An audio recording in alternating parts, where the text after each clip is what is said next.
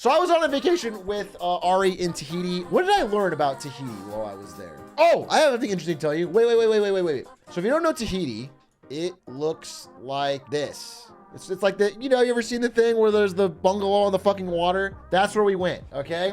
We went there because we've always wanted to go. It was supposed to be our honeymoon, but when we got married, it was closed for COVID. You couldn't go to Tahiti. They had no tourists. And it's kind of hype because it's not that many people. It's like way less populous than some other places. So it feels very, very, very like, I don't know, unspoiled. All the cities are really small. It's mostly vegetation. The vacation was not like overly expensive. I mean, I kind of splurged on it. I'm not saying it's fucking something I do every week, but the vacation itself wasn't overly expensive, but the cost of living, like food prices in Tahiti, are the highest I've ever seen in the whole world. And that's probably because it is in the middle of fucking nowhere. I mean, this is where it is. So getting any food there, I'm gonna give you an exact true statement. A 2-liter bottle of Coke, Coca-Cola, a 2-liter bottle. How much do you think that costs? Like at a grocery store, how much does that cost for you? $5? This costs $28.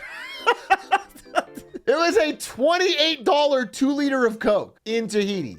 I got a fucking hamburger on the last day, just on the way out. The hamburger was $25. A fucking regular ass hamburger with little fries, $25. Even though it's fucking a gazillion miles from Europe, they have the fucking European thing where you say, hey, can I get water at a restaurant? They'll bring you out a bottle of fucking Evian and charge you $14 for it. The food was fucking expensive. That's the only thing I'll say about Tahiti. That was my only negative, really. That and the French. I also learned, okay, that when you get to Tahiti, there is a pride in some of the hotels and establishments of this movie. This fucking movie. Apparently, because this movie was filmed in Tahiti, it's like on fucking loop. It's like played everywhere, dude. Now, Maisie is saying she loves this movie. I have to be honest with you. This movie fucking sucks. Let's check the Rotten Tomatoes. Let's just check. Maybe I'm not speaking for myself. This movie is currently at a 10% on Rotten Tomatoes. I watched this movie in Tahiti because I had to, bro. Because I fucking had to. I had to see what the fuss was about, dude. I had to see how does Hollywood depict Tahitian vacation. The thing about this fucking movie is that it's so obvious from the first third of the movie that there isn't even a fucking script. All these actors wanted to do was get a free trip to Tahiti.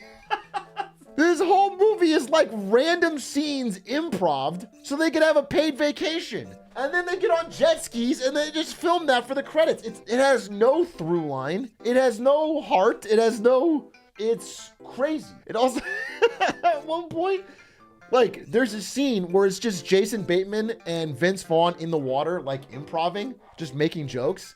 And then there's a really bad CGI shark behind them. The entire thing they filmed was Jason Bateman swam in a pool for fucking 3 minutes. And then they turned that into it's terrible. I mean, it's a bad movie. And also there's a weird fucking sponsored Guitar Hero tie-in because at 2/3 through the movie, they challenge the hotel manager to a Guitar Hero showdown. And then Vince Vaughn starts, can I find this fucking scene? What I gotta do is push these big buttons and play along with the song here. Am I right? Big finish. Vince Vaughn very clearly just mashing buttons.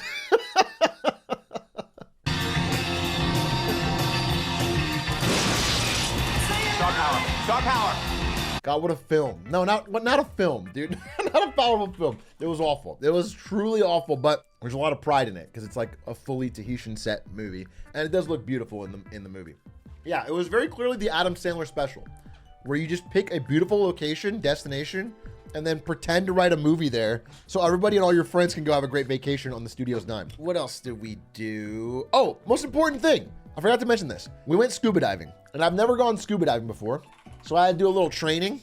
They kind of just they didn't care that I didn't have a cert, to be honest. I think they're supposed to, but they didn't care. They just gave me the fucking long and short of it, and I got to dive in, and that was cool. So we're scuba diving. It was deeper than this, but while on the dive, we get back on they take you in a little boat. You go way out into the ocean, and then you jump off the back, and then you go down, and they have a weighted belt on you when you go down, and your ears fucking hurt. If you never scuba dove, I've never done it before. I thought, okay, this will be easy. I got a tank of oxygen in my back. I'm breathing through the fucking thing. Easy. You just dive and go deep. The thing is, there's so much fucking pressure when you go under the water that when you get deep, and they put the belt on you and you go fucking deep, and I'm down there on the floor, it starts fucking hurting the shit out of your ear. So what you're supposed to do is like, you know, you block your nose and you go, and you like start, you know, popping your ears. So I'm trying to do that, but it's still fucking, the pressure is so high. And I'm like, damn, this sucks. Imagine this is deeper and we're all just sitting on the bottom. All right. And then they're like giving me the okay symbol, like, let's go. And I'm like, this blows.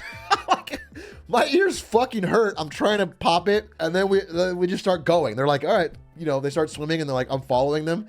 And I'm like, damn, I really don't want to be here. I'm not having fun at all.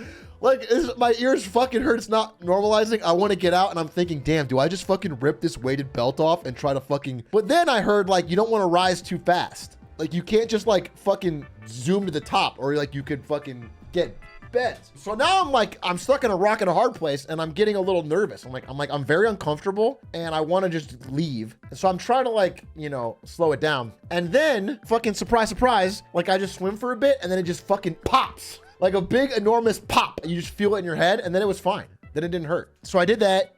We swam, did, you know, scuba dive for just one tank. It wasn't 2 tanks, it was 1 tank. So we only had so much time. I came back, I get out on the boat, on the little dinghy they took us out with.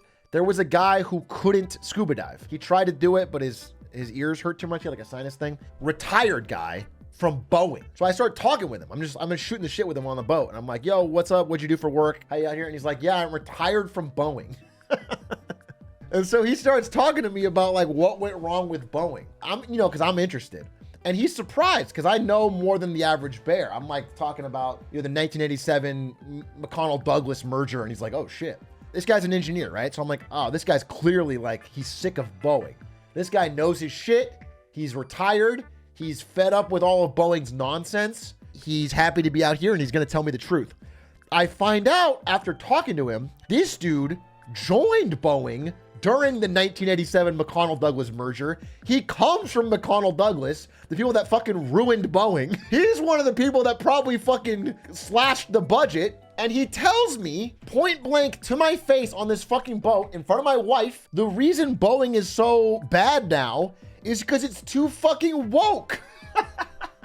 This dude starts telling me, yeah, Boeing's too woke now. Oh my fucking God, dude. At first, I don't hear him. I ask him, I'm like, so what do you think? Like, you know, like we flew here on a Boeing. I was a little worried because there was a Dreamliner and there had been a whistleblower that exposed the Dreamliner that day. So I'm telling him that. And he goes, yeah, I think it's because they moved the headquarters to these woke cities.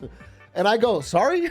Because he's a little far from me. There's the wind and the waves. And I'm like, I must have misheard him. You don't think the entire reason that Boeing has been fucking an engineering disaster for decades now is because they have a headquarters in some woke cities, right? And he goes, yeah, Seattle, too woke. Too woke. And I'm like, damn, for real? Anyway, that's when I started talking about the McDonnell-Douglas thing and I find out the guy came from that. And I'm like, oh, I get it now. I get who you are. And now that dude's just fucking sailing around paradise. Crazy. Also, by the way, that dude paid to get on a scuba diving expedition, sat for, 40 minutes on the boat to get out to the middle of the ocean, and then told them, yeah, you can't do it. He got in the water for 2 seconds. He's like, yeah, I have a sinus thing. That day was also my 33,000th birthday. Big day for me, that scuba diving day. Thank anybody who wished me a nice birthday. This is my photo I took after getting back from scuba diving. Thank you for everyone that comments stupid shit that my family can see on here. So, a lot of swimming. Oh, we did biking. I did biking and I recorded this video. So you guys know how you guys are always telling me, Atrioc, we love marketing. We love economics talk. We love all that stuff. But it would be so much better if you did it from a tropical locale. You're always saying that. You guys are always like, please, please, please. Like, it's good, but it would be so much better. It's like mission critical for your business that you do it from a tropical location. And I'm like, all right, well, if they said it, if they demanded it as a consumer base, then I simply have to go to Tahiti. And so I recorded this video. Hey, babe. What is revenue minus expenses? Profit. Another Marketing Monday lesson here from Tahiti.